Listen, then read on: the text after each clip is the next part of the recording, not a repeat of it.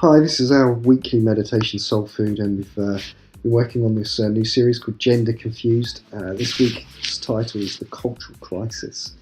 And I believe we are in a bit of a cultural crisis, and as our culture and as our world has sought freedom and for us to be expressive and for us to be able to understand ourselves, I think in the mix of it we've created more confusion, more bondage. Even if you just look at something like Facebook where there's now 71 different genders, it's as if we're making labels upon labels upon labels, and although in some ways it's helpful for us to try and understand why we think and we feel, in other ways we're making our whole life about our feelings, our gender identities found in the way that we feel, our identities found in our gender and our work, all these kinds of things, as we looked at last week. And as we put more labels on, more confusion comes, and there's more of a crisis in our culture of people growing up not really understanding who they are. And in this confusing noise, how and what can the church say? What opportunities do we have to speak clearly, to speak with love, and to bring clarity to people's lives? So we're going to look at the same verses we looked at last week and an additional one. So in Genesis 1:27, it says, God created man in his own image. In the image of God, he created him, male and female, he created them. Just keeps it real simple about our identity, our images in Jesus.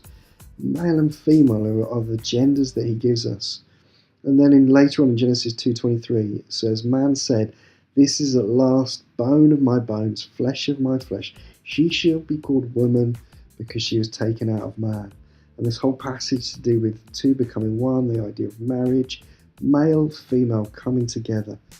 And this is God's clear intent to us. So as we look through the Bible and the different things it has to say to us, let's remember that it's about bringing us life, not bondage, about bringing freedom and hope, not condemnation and despair.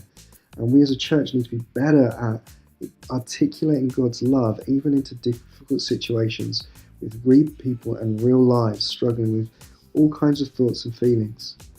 So as you look through the Bible, as you look at some of these passages, what do you believe it has to say to us about our sexuality?